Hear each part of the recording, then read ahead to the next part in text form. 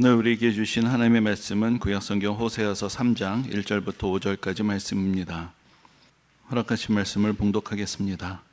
여호와께서 내게 이르시되 이스라엘 자손이 다른 신을 섬기고 건포도 과자를 즐길지라도 여호와가 그들을 사랑하나니 너는 또 가서 타인의 사랑을 받아 음녀가 된 그 여자를 사랑하라 하시기로 내가 은 15개와 보리 한 호멜 반으로 나를 위하여 그를 사고 그에게 이르기를 너는 많은 날 동안 나와 함께 지내고 음행하지 말며 다른 남자를 따르지 말라. 나도 내게 그리하리라 하였노라.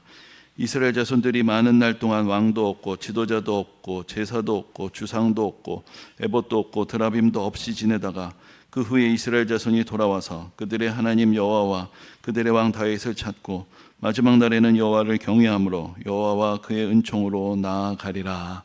아멘.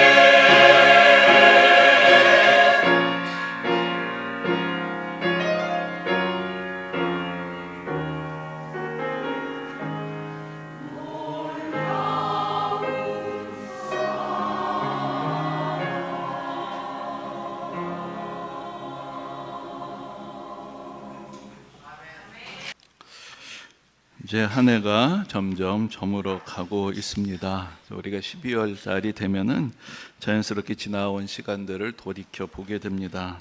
이 1년이란 시간, 사실 그런데 그 시간의 구체적인 의미는 지구가 태양을 또 한 번 돌았다라는 것이죠. 이제 지구가 태양을 한 바퀴 돌았다. 이 공전 주기하고 내 인생하고 사실은 무슨 상관이 있는가? 지구는 지구고 나는 난데, 하지만 우리가 더 직감적으로 느껴지는 것은 이 계절의 순환이 뭔가 같은 또 시점에 내가 다시 와 있다라는 그런 것을 느끼게 하고, 그러면서 뭔가 하나의 순환이 또 끝났구나라는 것을 이제 온몸이 느끼게 되는 그런 시점을 맞이하게 됩니다. 근데 이 1년이란 주기 그 자체가 어떤 의미가 있는 것이 아니라 우리가 이 시간, 이 주기에 어떤 의미를 부여하고 어떤 기회로 삼느냐, 사실 그것이 우리에게는 더 중요할 것입니다. 그냥 올해도 다 지났구나라고 그냥 포기하기보다는 내가 지금 어디에 서 있는지, 내가 지금 어디로 가고 있는지 우리가 잠깐 멈추고 생각해 볼 수 있어야 할 것입니다. 그리고 돌이킬 것은 돌이키고, 고쳐야 할 것은 고치고, 바로 잡아야 할 것은 바로 잡을 수 있을 때 시간의 단위를 구분하고 거기에서 그 안에서 살아가는 것에 조금 더 귀한 의미가 드러나게 될 것입니다. 근데 우리가 지나간 시간들을 돌아볼 때 때로 이렇게 뭐 크게 만족하시는 분들도 있겠지만, 우리에게는 뭔가 좀 불만족스럽고 또 원하는 대로 이루어지지 않았던 그런 일들도 많이 있을 것입니다. 그때 우리에게 먼저 찾아오게 되는 감정을 우리가 후회라고 그렇게 부릅니다. 근데 이 후회만 가지고는 우리 삶이 쉽게 달라지기는 어렵습니다.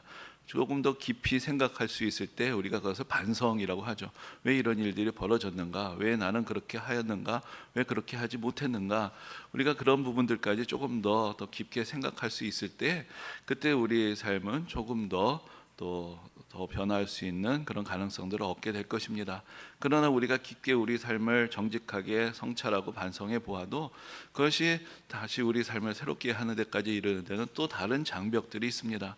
그것은 우리가 처해 있는 현실의 또 상황이라는 것이 있는 것이고, 우리 개인이 가지고 있는 한계와 연약함이 있습니다. 알아도 달라지기 어렵고 알아도 바꿀 수 없는 그런 우리의 연약함이 또한 있는 것입니다. 그래서 우리가 이 시점에 다시 한번 구하게 되는 것이 바로 은혜입니다. 하나님의 은혜 앞에 우리가 서 있다는 것, 그저 내가 스스로 반성하고 내 스스로 채찍질하고 더 열심히 살아보자라는 것이 아니라, 우리가 놓여 있는 이 궁극적인 한계, 연약함 가운데 진정으로 우리에게는 하나님의 은혜가 간절히 필요하구나, 이제 그것을 우리가 다시 한번 느껴보게 되는 것입니다. 근데 이 하나님께서 은혜를 베푸신다라는 것은 무엇인가? 우리를 긍휼히 여기시고 우리를 사랑하시고 또 우리에게 새로운 기회의 문을 열어주실 것입니다. 그러나 더 궁극적으로 중요한 것은, 하나님께서 우리에게 은혜를 베풀어 주신 것은 그 은혜를 가지고 가던 대로 열심히 더 빨리 달려가라, 그렇게 해주시는 은혜는 아니라는 것입니다. 은혜를 통해서 하나님께서 우리에게 기대하시는 것은 바로 우리의 돌이킴, 우리의 회개입니다. 가던 곳으로 더 열심히 나아가기 위해서 어떤 파워를 얻기 위해서 은혜가 필요한 것이 아니라, 하나님의 은혜는 내 자신의 모습을 돌아보고 이제 내가 무엇을 위해서 어떻게 살아야 할 것인가, 우리의 삶의 방향과 우리의 정체성을 다시 새롭게 하는 것을 의미하는 것입니다. 그래서 이제는 내가 하나님의 자녀로서의 정체성을 다시 회복하고 우리 삶의 방향을 전환할 수 있을 때, 그때 진정한 하나님의 은혜가 우리의 회개가 되고 우리 삶의 새로운 기회가 되고, 이제 하나님께서 가라는 곳으로, 하나님께서 우리를 부르시는 그곳을 향하여 갈 때 우리 삶에 변화가 있고 열매가 있고 우리 삶의 가치가 더욱더 깊어지게 되는 것입니다.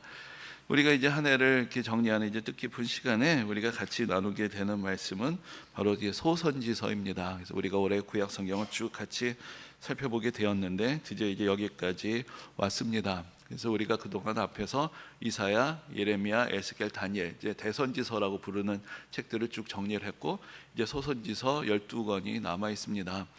근데 이제 대선지서하고 소선지서를 가르는 기준은 어디 있는가? 뭐 대선지서들이 더 위대한 선지자들이냐? 사실 그렇게 이야기할 수는 없을 것입니다. 그래서 그것은 일단 기본적으로 분량을 가지고 구분한 것이다, 이제 그렇게 볼 수 있습니다. 그래서 이사야서는 66장, 또 예레미야서 52장, 에스겔서 48장, 이렇게 분량들이 많은데, 거기에 비해서 이제 소선지서 12권은 호세아서나 스가랴서가 14장, 그러니까 훨씬 더 분량이 작죠. 그리고 사실 다니엘서 같은 경우에는 이제 장으로 세어 보면은 12장인데 그 내용의 양으로 보면은 호세아나 스가랴보다 한 2배 이상이 됩니다. 그래서 일단 분량을 하나의 기준으로 삼을 수가 있을 것입니다. 그런데 이제 분량이 가져다 주는 내용의 차이가 있죠. 그러니까 분량이 많다는 것은 선지자들이 전한 여러 가지 주제의 말씀들이 거의 다 들어있다고 할 수가 있고, 또 그 선지자들의 삶에 대해서도 우리가 조금 더 많은 정보들을 갖게 됩니다. 그런데 이제 소선지서 같은 경우에는 이제 한 가지 주제에 조금 더 집중이 돼 있는, 좀 더 선명한 메시지가 있는 것을 볼 수가 있고, 또 반면에 이 말씀을 전한 선지자가 어떤 사람인지, 어떤 시대에 어떻게 활동했는지조차도 사실 우리가 잘 알지 못하는 이제 그런 경우들이 있습니다. 그런데 그러면 어떤 공통점을 가지고 12 선지자들의 글을 하나로 모을 수가 있느냐? 거기엔 하나의 전통, 전승이 있는 것인데, 예로부터 이제 유대인들이 성경을 필사해서 보존을 할 때 그 12권의 이 소선지서는 하나의 두루마리에 같이 썼습니다. 근데 그 하나에다 다 써도 그 분량이 한 이사야서 정도밖에 되지 않으니까 이 다른 선지자들의 글 같이 독립적으로 있었던 것이 아니라 바로 이제 12권을 하나의 두루마리에 다 모아서 정리를 하니까 이것이 하나의 단위로 계속 묶여서 이제 전해져 오게 된 것입니다.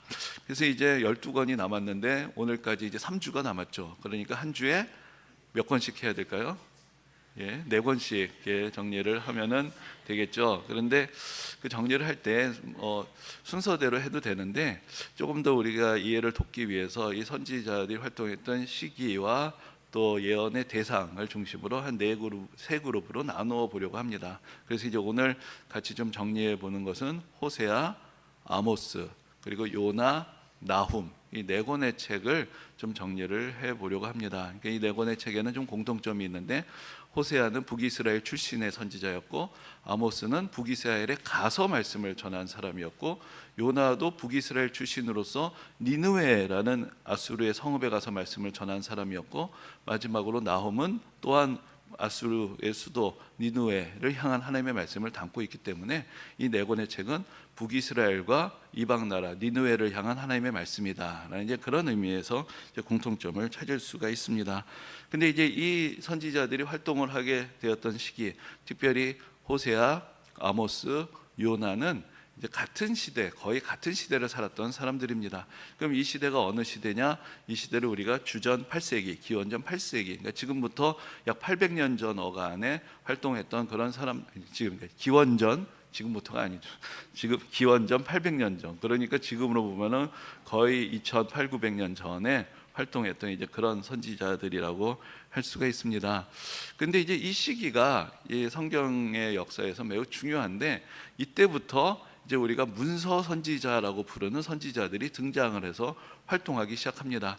선지자들은 구약 시대 곳곳에서 등장을 해서 활동을 했습니다. 다윗의 시대에도 있었고, 또 우리가 가장 인상적으로 생각하는 선지자들 엘리야나 엘리사 같은 그런 선지자들도 있습니다. 그런데 이 엘리야나 엘리사 참 위대한 선지자였고 하나님의 권능을 나타낸 선지자들이었는데, 성경에 아무리 눈을 찢고 찾아봐도 엘리야서나 엘리사서는 없죠. 그들의 행적을 우리는 역사서에서 그들의 활동을 통해서 알 수가 있습니다. 그러니까 그들은 물론 하나님의 말씀을 선포했지만 그들의 이적, 그들을 통해서 나타난 하나님의 권능을 통해서 하나님께 영광을 돌렸던 선지자들이었습니다. 근데 이제 이 주전 8세기를 전후한 그 시기부터 그들의 말씀이 글로 기록되어서 남은 그런 선지자들이 등장하기 시작하는데, 그것도 여러 사람이 동시에 나타나서 활동을 하게 됩니다. 그래서 그들을 이제 우리가 구분해서 문서 선지자, 문서로 그들의 메시지를 기록하여 남긴 선지자들이라고 부르는 것입니다. 그런데 그럼 왜 하필이면 그 시기냐라는 질문을 우리가 한번 해봐야 할 것입니다. 전에도 잠깐 말씀을 드린 적이 있지만은 이제 주전 8세기라는 것은 이스라엘 역사를 볼 때는 좋게 보면은 마지막 번영기라고 할 수가 있습니다. 그래서 이제 우리가 이스라엘 역사 다시 한번 또 정리를 해보면은 이제 다윗이 있었고, 다윗과 솔로몬 시대에 어떤 영화로운 시대가 있었습니다. 그런데 솔로몬의 아들 누굴까요? 여러분 성경 퀴즈 대회가 다가오고 있습니다. 솔로몬의 아들 르호보암의 시대에 나라가 둘로 갈라지게 됩니다. 그래서 12지파 중에서 무려 10지파가 북쪽으로 갈라져 나가서 다윗의 가문을 버리고 새로 나라를 세웁니다. 그렇게 해서 북이스라엘을 시작한 사람의 이름이 여로보암이죠. 그래서 이름이 좀 엇비슷한데 남쪽에는 솔로몬의 아들 르호보암, 북쪽에는 새로 왕조를 갈라서 세운 여로보암이 왕으로 다스리던 이 두 왕국의 시대가 시작이 된 것입니다. 그런데 이제 여로보암 같은 경우에는 이제 나라를 새로 세우긴 했는데 백성들의 마음은 여전히 예루살렘, 또 예루살렘에 있는 성전에 가 있는 것이죠. 이래서는 안 되겠다. 그래서는 베델하고 단에 금송아지 우상을 세우고 여기서 경배해라. 이것이 바로 너희 조상들을 애굽에서 건져낸 신이다. 이렇게 이야기를 하면서 북이스라엘이 이제 그 우상 숭배의 길을 가게 됩니다. 그리고 사실은 여로보암도 바로 이 하나님을 버리고 우상을 섬기는 그 길을 가면서 자기 왕조의 정당성도 없어지는 것이죠. 자기들이 다윗의 왕조를 버리고 나라를 세웠지만 그럼 자기는 또 무엇입니까? 그래서 결국은 북이스라엘은 끊임없는 정변과 왕조의 교체가 이어지는 그런 역사를 반복하게 됩니다. 그런데 이 시기, 주전 8세기를 전후한 시기가 됐을 때에는 북이스라엘이 상대적인 정치적인 안정성을 누리게 됩니다. 그래서 이 시대가 이제 예후 왕조라고 할 수 있는데, 예후라는 사람이 원래는 장군이었는데 그 앞에 악했던 아합 왕조를 심판을 하고 새로운 왕조를 세웠습니다. 근데 이 예후 왕조에서는 왕이 5명이 이어지게 되는 가장 오랜 기간 이스라엘을 다스리는 그런 왕조가 이어지고 있었습니다.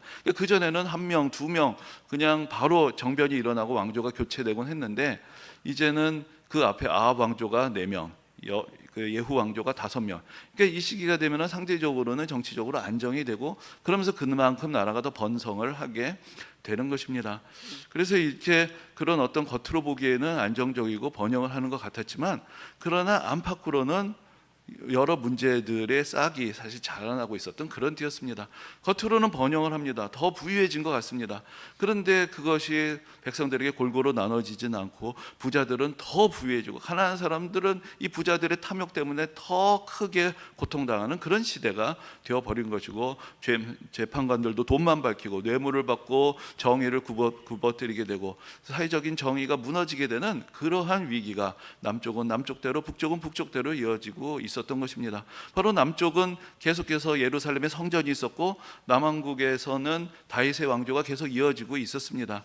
그리고 이제 이 시기가 남왕국에서는 우시야 왕의 시기가 되는데, 우시야 왕도 52년 동안 나라를 다스렸던 장수였던 왕이었기 때문에 이 남왕국도 상당하게 평화가 이어지고 있었습니다. 그러나 거기서는 하나님께 드리는 제물도 있고 절기도 있었지만, 그러나 그들 또한 마음의 중심으로 하나님을 떠나고 있는 그런 위기가 또 시작이 되었던 것입니다. 그래서 북왕국은 영적으로 타락한 것에 사회적인 불의가 더 심해지고 있었고, 남왕국도 형식만 남아있는, 껍데기만 남아있는 믿음에 하나님으로부터 멀어지면서 그곳에서도 또 다른 불의의 싹들이 키워지고 있었던 것입니다. 그런데 더 심각한 것이 있습니다.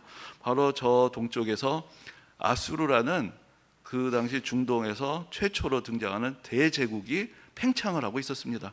그래서 이 역사를 위에서 바라보게 되면은 이것은 너무나 불보듯 뻔한 위기가 다가오는 것이죠. 지금 이쪽에서는 드디어 안정이 왔다, 번영의 때다 흥청망청거리고 있는데, 지금 아수르가 점점 팽창을 하면서 주위의 작은 나라들을 하나하나 집어삼키면서 영향을 미치고 오고 있는 것입니다. 이대로 있으면 지금 멸망의 날이 곧 다가오게 되는데 백성들은 그것을 깨닫지 못하고 있습니다. 이때에 하나님께서 본격적으로 집중하여서 하나님의 선지자들을 보내시고, 또 그들의 글을 문서로 기록해서 더 많은 사람들이 읽을 수 있도록 전하기 시작을 하신 것입니다. 그래서 이제 이러한 위기의 시대에 활동을 했던 그런 선지자들, 그 중에서 이제 오늘 또 4명의 선지자들의 이야기들을 조금 더 정리를 해보려고 합니다. 근데 이제 먼저 이제 호세아 선지자는 앞에서도 말씀을 드렸지만은 북이스라엘에서 태어나서 북이스라엘에서 활동했던 그런 선지자였습니다.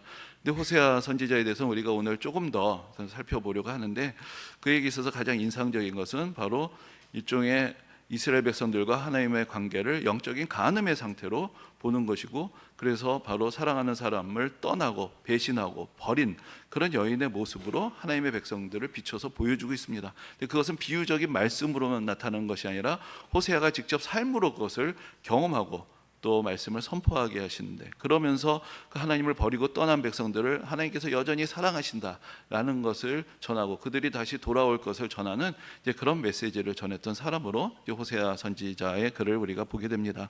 그리고 또 한 사람이 이제 아모스인데, 아모스 선지자는 북왕국 출신이 아니라 남왕국 출신이었습니다. 그런데 그가 활동했던 것은 북왕국으로 가서 활동을 했고, 바로 그래서 어떤 면에서 좀 더 객관적인 외부자의 입장에서 북왕국에서 일어나고 있는 우상 숭배와 사회적인 불의를 고발했던 그런 선지자라고 할 수 있습니다. 근데 특별히 이제 이 아모스 선지자가 가서 말씀을 전했던 곳에는 아까 말씀드렸지만 북이스라엘에서 이제 우상을, 금송아지 우상을 세워놓고 거기다가 자기들 멋대로 제사장까지 세워서 그것을 숭배하게 했던 베델, 바로 그곳에 가서 또 하나님의 말씀을 전합니다. 그래서 저는 이제 아모스 선지자에게 제가 붙인 별명이 있는데, 간이 배 밖에 나온 사람이다, 그렇게 부릅니다. 왜냐, 이것을 우리가 조금 극단적으로 비유를 해보자면, 이 남한 사람이 평양에 가서 김일성 동상 앞에 서서 우상 숭배를 하지 말라고 소리를 치는 것 같은 그런 모습, 바로 남한국의 아모스가 북왕국의 우상의 제단이 있는 베델에 가서 거기서 우상 숭배를 질타하고 사회적인 불의를 고발하는 그 용기는 어디서 온 것인가, 참으로 놀라운 사람이다, 그런 생각을 하게 됩니다. 그런데 더군다나 아모스는 제사장에게, 선지자도 아니고 제사장도 아니고, 자기는 원래는 그저 농사를 짓고 양을 치던 목자고 뽕나무를 재배하던 사람이었다고 스스로 얘기를 합니다. 근데 하나님께서 그러한 평범한 한 사람을 들어서 그 시대에 엄중한 메시지를 전할 사람으로 삼으셨던 것, 이제 그것이 이제 아모스의 생애였던 것입니다. 그리고 이제 요나는 여러분들 훨씬 더 익숙하게 잘 알고 계실 것입니다. 요나 하면은 뭐가 생각이 나시죠? 피노키오 같은 게 생각나시지 않나요? 그게 큰 물고기가 삼키는 그런 얘기, 성경에 고래라고는 되어 있지는 않은데, 근데 이제 그 이야기가 주일학교 때부터 재밌는 이야기니까 많이 들려지고 좀 익숙한 이름이 되는 것이죠. 그런데 요나 선지자도 북이스라엘 출신의 선지자였습니다. 그래서 북이스라엘이 우상의 길을 갔지만 거기에도 하나님께서 선지자들을 일으키시고 하나님의 은혜를 전하셨던 것이죠. 그런데 특별히 요나 선지자는 니느웨라는 성읍에 가서 말씀을 전하도록 부르심을 받습니다. 니느웨는 바로 아까 그 팽창하던 아수르 제국의 수도였던 것이고, 그래서 요나로서는 아수르는 두려운 것이고, 거기다가 자기 나라의 원수가 되는 나라인데 그 나라에 가서 하나님의 말씀을 전한다는 것, 사실 그렇게 생각하면 그가 도망갔던 것도 그렇게 이상한 일은 아닐 것입니다. 그런데 하나님께서 그 큰 물고기까지 동원을 하셔서 그를 돌이키시고 이 아수르 백성들까지도 하나님께서 아끼신다라는 그런 놀라운 메시지를 전하게 하신 것입니다. 그리고 이제 나훔 선지자는 요나로부터 한 100년 후에 활동했던 선지자인데, 이 요나 선지자가 전한 하나님의 말씀을 듣고 이 아수르, 니느웨의 백성들이 회개하는 놀라운 역사가 일어났지만, 그러나 그들이 완전히 돌이키지 않았습니다. 결국은 그들이 갔던 포악한 길을 계속 가게 될 때 하나님께서 나훔 선지자를 보내셔서 결국 그들을 향한 심판을 다시 선포하시고 그 말씀대로 이루어져서 아수르라는 대제국이 결국은 무너지게 되는 것입니다. 이것이 이제 그 오늘 같이 정리해보는 네 선지자들의 활동의 시기이고 또한 그 메시지가 됩니다. 근데 이제 여기서 앞에서도 잠깐 말씀드렸지만, 오늘 여기서 말씀하고 있는 이 말씀의 대상들, 북이스라엘과 아수르는 어떤 존재입니까? 이들은 사실은 하나님을 떠난 백성들입니다. 북이스라엘은 이 하나님의 은혜와 사랑을 저버리고 우상을 세우고 그곳에서부터 스스로 갈라져 나갔던 백성들입니다. 아수르는 아예 하나님의 은혜를 모르는 이방 민족입니다. 그런데 그들을 향해서도 하나님께서는 긍휼의 메시지를 전하시고 그들의 하나님이시고 바로 집을 나간 자녀와 같은, 남편을 버리고 떠난 아내와 같은 그 사람들, 그 북이스라엘 백성들을 여전히 찾으시고 기다리시며, 지금 포악한 마음을 가지고 세계를 정복하려는 야망 속에 있는 그 백성들까지도 그 안에 있는 무고한 백성들을 하나님께서 사랑하신다라는 그런 메시지가 바로 오늘 같이 나누는 선지자들의 메시지들 가운데 담겨 있는 것입니다. 그 중에서 이제 호세아 선지자에 대해서 우리가 조금은 더 이렇게 살펴보려고 합니다. 근데 호세아 선지자는 앞에서 말씀드린 대로 어떤 말로 글로 하나님의 말씀을 전하기만 한 것이 아니었고, 그의 삶으로 하나님의 사랑이 얼마나 큰 것인지를 직접 경험하게 하시고 또 전하게 하시는 그런 또 특별한 사역을 했던 사람이었습니다. 그래서 그 당시에 이제 아주 한 음란한 여인을 하나님께서 호세아에게 보여주시고 저 여인에게 가서 그 여인을 사랑하고 결혼하라라고 그렇게 말씀을 하십니다. 그래서 가정을 이루고 자녀를 낳게 됩니다. 그래서 퀴즈를 하나 또 드릴까요? 그 여인의 이름이 무엇일까요? 그 여인의 이름이 고멜인데, 제가 그 여인의 이름을 평생 잊지 못하는 이유가 하나 있습니다. 제가 예전에 5학년 때인가 6학년 때쯤에 저희 어머니와 함께 따라서 이제 그 교회 수요 예배에 가게 되었는데, 그때가 아마 목사님이 이제 호세아서 강해 설교를 하시는 때였던 것 같습니다. 그런데 이제 목사님이 딱 이렇게 질문을 하신 것이죠. 이 호세아가 가서 결혼하게 된 그 여인의 이름이 무엇일까요? 근데 제가 이러고 보니까 어른들이 아무도 대답을 안 해요. 그래서 제가 목소리 높여서 고멜이요 하고 딱 대답을 하니까 목사님이 들으시고 애두다 안 해, 애두다 알아 라고 얘기하셨던 그 할아버지 목사님의 음성이 제가 지금도 기억이 납니다. 애두다 안다. 그래서 그 애가 아직까지 고멜의 이름을 기억하고 똑같은 퀴즈를 여러분들에게 내게 된 것이죠. 예, 그런데 이 호세아의 삶이라는 것은 그러니까 우리가 생각하는 어떤 로맨틱한 이야기하고 좀 다른 이야기죠. 호세아가 먼저 그 여인에게 빠져든 것이 아니라 하나님의 말씀에 따라서 그 여인을 받아들이고 사랑한 것입니다. 그리고 가정을 이루고 자녀를 낳았습니다. 이것은 그 여인으로 보면 엄청난 은혜를 받은 것이죠. 사랑받을 만한 자격이 없는 여인을 호세아가 먼저 가서 사랑하고 가정을 이룹니다. 그런데 이 여인이 하나님을 그 호세아를 버리고 떠납니다.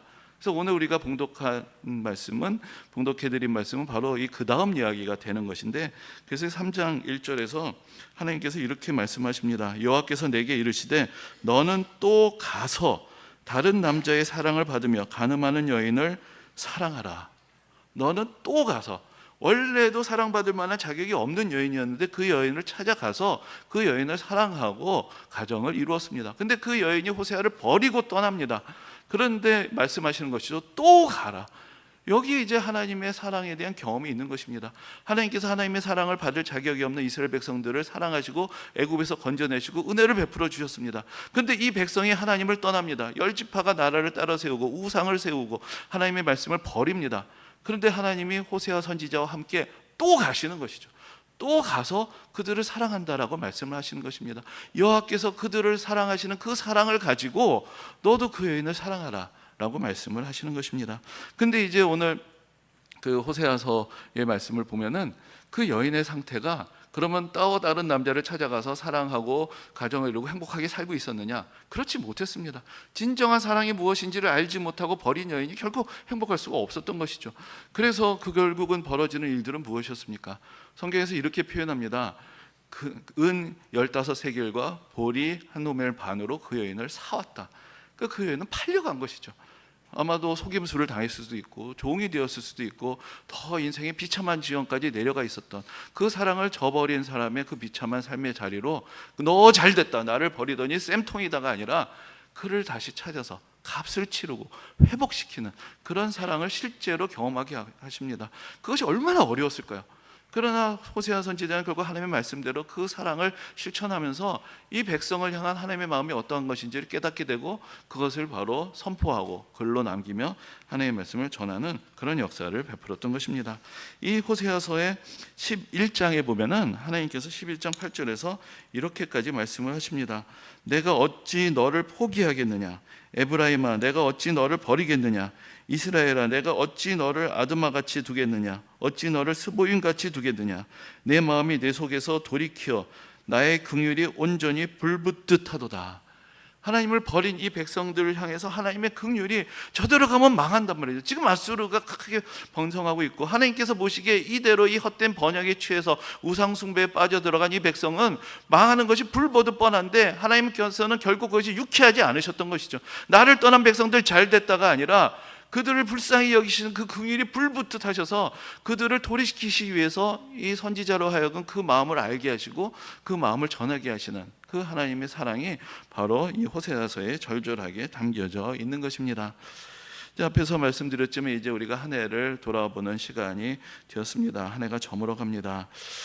올해 한 해 우리는 얼마나 하나님께 가까이 갔습니까? 아니면 혹시 하나님으로부터 멀어졌던 그런 한 해는 아니었습니까? 올해 처음에 다짐했던 그 신앙의 결심들은 어떻게 되었습니까?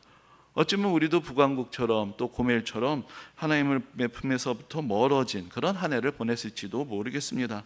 바쁜 일상에 치이면서 또 기도의 시간들이 줄어들고 진정한 하나님을 향하는 그 믿음이 약해지고 여러 가지 삶의 어려움과 불편함 속에서 하나님을 향한 원망이 더 커졌을지도 모르겠습니다. 세상의 것에 마음을 빼앗겨서 하나님을 생각하기보다도 내 손에 잡히지 않는 그 허망한 것들을 열심히 쫓아다니는 한 해였는지도 모르겠습니다.